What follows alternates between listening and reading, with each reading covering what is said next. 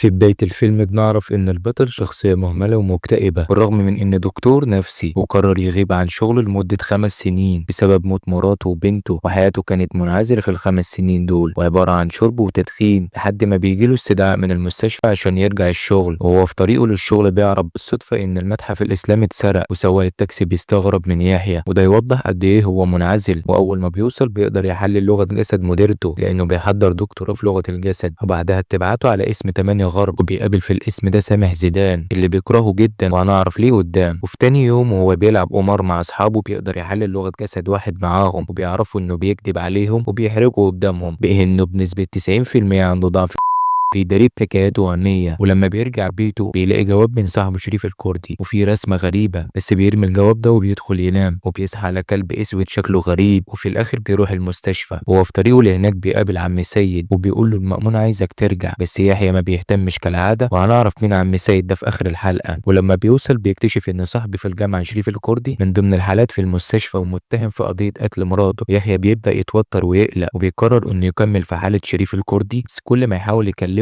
شريف بيبقى ساكت وبيقول كلام غريب زي ملح كتير في الاكل. ولما يحيى بيفقد الامل في انه يتكلم بيطلب منه يكتب، وشريف بيكتب ارقام غريبه ويحيى مش فاهمها، وكمان بيبان على شريف انه ندمان وخايف من حاجه. ولما يحيى بيروح بيجيله مكالمه من لبنى اخت شريف، بيقرروا يتقابلوا بعد جلسه شريف مع اللجنه. ويحيى لما بيوصل بيعرض على شريف شويه صور، وشريف راح مسك صوره حصان وقال له بحر، ويحيى استغرب وطلب منه يكتب اي حاجه تاني بس كتب نفس الارقام. ده كمان لما اللجنه بتساله عن شغله بيرد تاجر بغال بس بصوت شديد وعالي، على عكس ما كان مع يحيى ضعيف ومهزوز. وبيقوم وهو متعصب يكتب نفس الارقام على الحيطه، ويبدا يزيد الغموض حوالين الارقام. وبعدها يحيى بيقابل لبنى اخت شريف وبتعرفه ان علاقه شريف ومراته ما كانتش كويسه. بيقرروا انهم يروحوا يدوروا في شقه شريف على اي حاجه ممكن تفيدهم، وبيلاقوا نفس الارقام مكتوبه على الحيطه هناك. وكمان بياخدوا موبايل شريف وكتاب غريب كده كان هناك. ويحيى بيلاقي على الموبايل صور شريف وهو بيعتدي على مراته، وصوره للمتحف الاسلامي اللي اتسرق في بدايه الفيلم، والقميص الغريب اللي هو قميص المأمون. وكمان لما بيدور في الكتاب يلاقي الرسمة اللي كان شريف باعتها له قبل كده. وبعدها بيروح ينام وبيصحى على الكلب الاسود وهو بيهجم عليه، بس لعاب الكلب ده بيبقى على الارض، ويحيى ما بيكونش عارف هو في حلم ولا علم. بيقرر يروح لمكان شغل شريف وبيقدر ياخد الدكتوراه بتاع شريف من هناك، وبيرجع تاني لشغله وبيقعد مع شريف اللي بيقول له ان اسمه نائل، وبيبدا يلعب في عقل شريف ويفكره بماضيه وانه سبب في موت مراته وبنته. بيكون واضح ان شريف فيه حاجه غريبه وانه مش مريض نفسي، بس هل في حاجه اكبر من كده؟ وبعدها يحيى بيخلي لبنى تكلم شريف وبيشوفهم سامح زيدان، وبيجي يستفز يحيى بموت عيلته لدرجه ان يحيى بيضربه وبيطلع يكمل مع لبنى واللي بيعرفها كل حاجه عن الحادثه، وكمان بيعترفوا انهم لسه بيحبوا بعض. ولما بيخلص معاها ويروح بنلاقي ان تليفون شريف بيرن ونائل هو اللي بيتكلم، وبكده نعرف ان نائل بدأ يتحكم في عقل يحيى، وده لانه عرف يوقعه في دايره مشاعره ويفكره بماضيه. وهنا كده بيبدأ اللعب كله في عقل يحيى، ويحيى بيقرر يرجع عشان يشوف التليفون اللي مع نائل ده دخل ازاي، بس بيلاقي نائل في الحمام وبيجرح نفسه في نفس المكان اللي مراته اتشوهت فيه. وبعدها شريف بيروح المستشفى ويحيى بيروح يزوره، ولما نائل بيشوفه بيقول له احرق القميص، وبنعرف ان القميص ده هو اللي بيحجم قدرة نائل. طب ليه نائل بيقول ليحيى كده؟ ببساطة لان نائل ما يقدرش يحرق الشيء اللي بيحجمه، فلازم يستغل جهل يحيى بالموضوع ده. وبعدها يحيى بيفتكر انه معاه عنوان الست اللي رسمت التاتو لشريف.